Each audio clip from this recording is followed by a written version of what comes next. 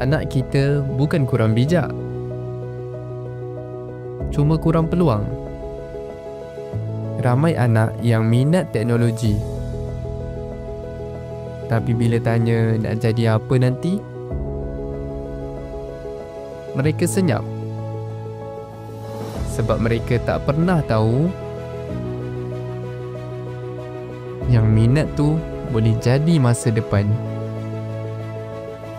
Di sinilah tempatnya bila main game bertukar jadi kemahiran sebenar. Bukan sekadar hiburan, tapi titik mula untuk cipta masa depan. Langkah ini kecil, tapi impian mereka besar. Buka laptop, buka buku, hati pun terbuka. Mereka tak datang sebab disuruh, mereka datang sebab nak tahu. Dulu tak kenal pun coding tu apa, tapi hari ni mereka tekan run dan dunia pun bergerak. Ini tempat idea kecil jadi luar biasa.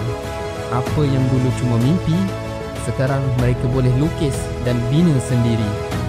Kod di skrin nampak macam simbol pelik, tapi itulah bahasa masa depan. Dan mereka dah mula belajar cakap bahasa tu. Mereka salah, mereka gelak. Mereka ulang, mereka berjaya. Bila tunjuk hasil kerja, mata mereka bercahaya. Bukan sebab perfect, tapi sebab mereka tahu itu milik mereka sendiri.